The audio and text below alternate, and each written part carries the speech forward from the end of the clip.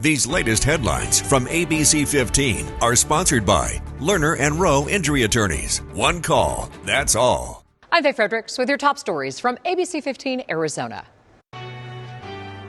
We are continuing to follow up on that deadly plane crash in Mesa. 5 people died when a plane went off the runway at Falcon Field Airport.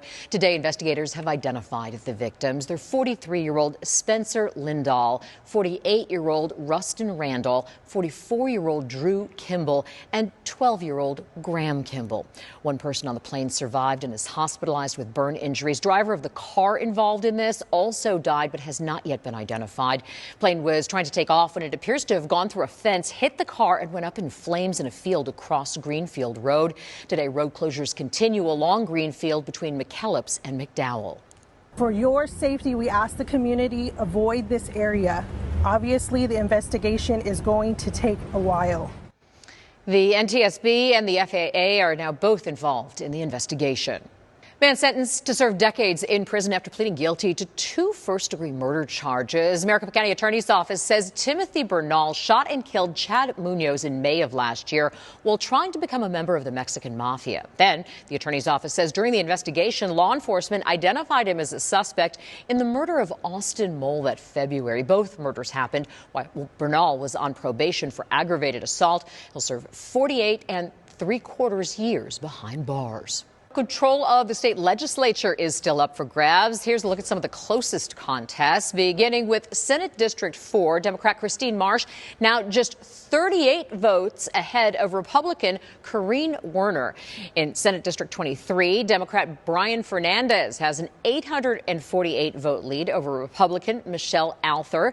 We'll watch these other races closely. The results will set the tone for the remainder of Governor Hobbs' term and the future of our state. Much more on all of this ahead at 5 and 6. Tuesday, 7 states voted to cement abortion rights into their state constitutions. Measures to protect abortion access are projected to pass here in Arizona, along with Colorado, New York, Maryland, Missouri, Montana, and Nevada. In 3 of those states, the measures will maintain current abortion access. Here, the amendment is expected to overturn our current 15-week abortion limit. Abortion measures failed in Florida and South Dakota. Along with all the food, the holiday season can also be a time when we find ourselves going overboard when it comes to spending. Consumer data shows many Americans are still paying off debt they racked up last year. And this season, spending is expected to reach all-time highs. Good news, inflation won't be as much of a problem this year.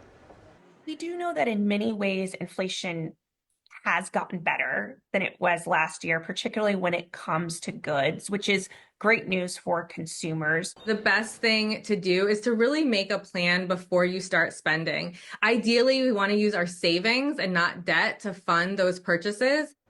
Some tips to keep things under control this year. Make a plan for everyone on your list and stick to it. Start shopping early to take advantage of deals and have a conversation with your family about scaling things back if you need to. If you're not a millionaire today, you do still have a chance. The Mega Millions jackpot now up over $300 million after no winners were announced last night. You can see those winning numbers there on your screen. If someone wins this jackpot, there's a cash option of $141 million. Next drawing is Friday night.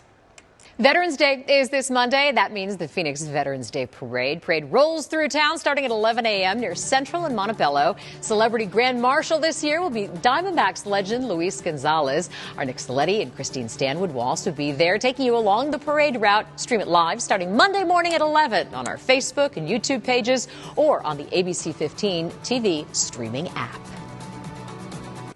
Tracking your forecast, I'm Chief Meteorologist Amber Sellens. We still have this storm system across Arizona that's been bringing some snow to the high country. It is going to start to push out of here as we head through the day tomorrow and leave behind some much cooler air across the state. We've got freeze warnings in effect for parts of Mojave County and southeastern Arizona, including these spots just east of the valley where temperatures could drop into the upper 20s to low 30s tonight. So some cold air across Arizona. Phoenix is going to drop into the 40s early tomorrow morning. and then only climb into the upper 60s tomorrow afternoon, which will be the first time since early April that temperatures have been this low. Breezes back in the forecast tomorrow, too. Gusts at 20 to 25 miles per hour here in Phoenix. Then winds lighten up and we start another warm up heading into the weekend. Friday at 70 degrees, Saturday at 75, 80s are back Sunday and Monday for Veterans Day, and more breezes with some slightly cooler air for Tuesday and Wednesday of next week.